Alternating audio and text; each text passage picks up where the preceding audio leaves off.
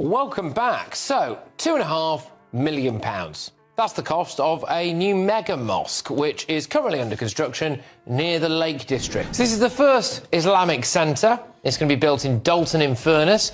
It's received planning permission in 2022, and it's set to be completed later this year. Aimed, they say, at serving the Muslim community, which makes up just 0.3% of the local population. I grew up in a small town where a single new building could change everything.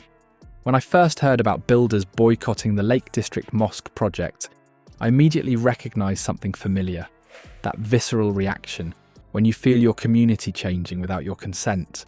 Whether you support or oppose the mosque isn't what matters here.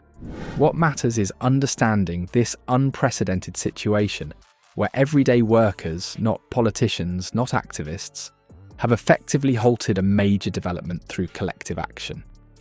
Their boycott has created a £2.5 million project with no workers, no materials, and dwindling funds.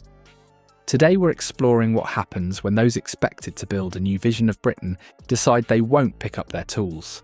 Before we move on, I'd like to ask you a small favour. If you appreciate this content, please take a second to like this video and subscribe to the channel. Over 98% of you watch the videos without subscribing. It costs you nothing, but it makes a huge difference to us. So, did you click the subscribe button? Great, thank you so much. Now back to the video. Young people with special educational needs. That was rejected, as far as we can understand it from the planning forms, because of concerns over, quotes, noise and disturbance. Stated aims of this new mega mosque, which says it wants to turn the lakes into a destination place for Muslim families. Rapid pace of cultural and religious change, and particularly when you see this, monumental mosque in the rolling hills of the Lake District, just outside of a town. The Lake District has stood for centuries as the embodiment of quintessential British countryside, where rolling hills meet pristine lakes, and centuries-old stone cottages dot landscapes that have remained largely unchanged since Wordsworth penned his famous poems. This isn't just any rural region. It's a place where time moves differently, where families have lived for generations, and where the very stones seem to whisper stories of continuity and tradition. But now, in this bastion of British heritage, something unprecedented is happening. Local builders, the very people whose hands have maintained and shaped this community for generations, have downed their tools in silent protest. The cause? A proposed £2.5 million Islamic centre that has become the flashpoint for a community suddenly confronting questions about its future identity. Fairly, we would think it was absolutely reasonable for any other country, any other culture anywhere in the world to be slightly, set off kilter. To the last census, There's only 11 Muslims, people who identify as Muslims in the area. Is by and large a Christian community. According to the last census, only has 11 Muslims. Now, one of the people who's behind this project is claiming that this is to serve 300 Muslims. They talk about 40 to 50 families.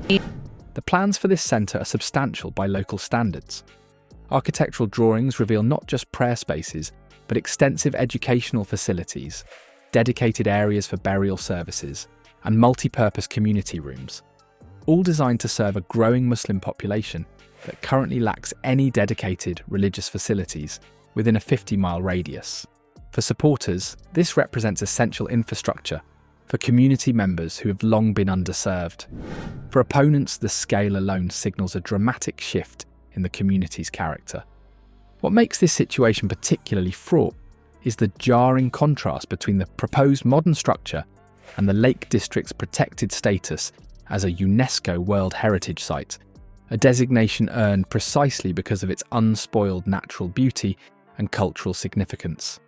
The region's planning authorities have always maintained strict controls on development, with even minor alterations to existing buildings often rejected to preserve the area's distinctive character. When the planning application was first submitted, it triggered more than 30 formal objections, an unusually high number for this small community. Reading through these objections reveals concerns that range from practical matters like increased traffic and parking issues to more profound questions about architectural compatibility with the surrounding landscape.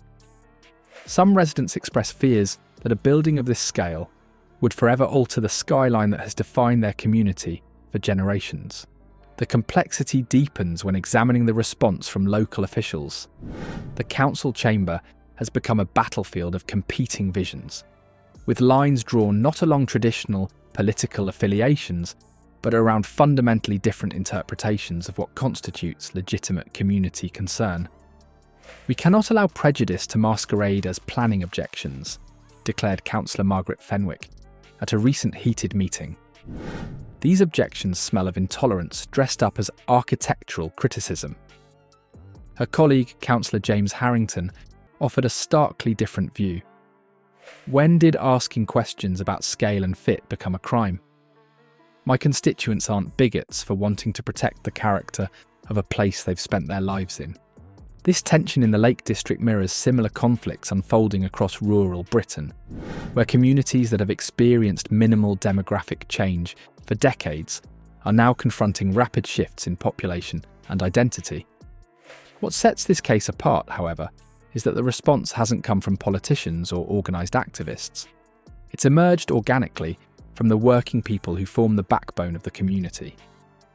I've built everything from garden sheds to luxury hotels in this district for 30 years, explained Michael Henshaw, a local contractor who's joined the boycott. This isn't about religion, it's about scale and fit. When something doesn't belong, my conscience won't let me put it up. The Lake District's unique status makes it particularly contested ground for this development. Unlike urban centres where change is constant, this is a landscape that has defined itself through preservation. Every stone wall, every footpath, every vista has been jealously guarded against alteration. For many residents, their identity is inextricably linked to this unchanging character, making any significant development feel like an existential threat rather than merely a new building. The Islamic Centre's supporters point out that the community itself has already changed, regardless of whether this physical manifestation of that change is built. Muslim families have moved to the area, established businesses, enrolled children in local schools, and become part of the community fabric. Their need for religious and cultural spaces, they argue, deserves the same respect as the area's architectural heritage. What we're witnessing isn't simply a planning dispute, but a profound question about who controls the narrative of community identity. Is it defined by history and tradition, or by the needs and aspirations of all who live there today? When tradition and inclusion appear to conflict, which takes precedence? I'm standing at the site of the first masjid in the Lake District. Muslims have actually lived and worked in this area for over 40 years, but we still have no masjid, no madrasa. We only have enough funds to last us till April, otherwise the construction work will stop. I'm reaching out to you in a moment of critical need. The South Lakes Islamic Centre now faces a financial crisis as construction delays mount. Their spokesperson has made an unprecedented public plea for emergency funding, revealing just how deeply the builders' boycott has cut into their plans. This isn't merely about delayed construction. It's about whether a religious minority can establish roots in an area where they've traditionally had no presence. What we're witnessing transcends typical planning disputes. When grassroots resistance emerges from the working class rather than politicians, it fundamentally shifts power dynamics. The urgent appeals for financial support demonstrate that this standoff has real consequences beyond symbolic gestures, potentially determining whether this community will have their religious space at all.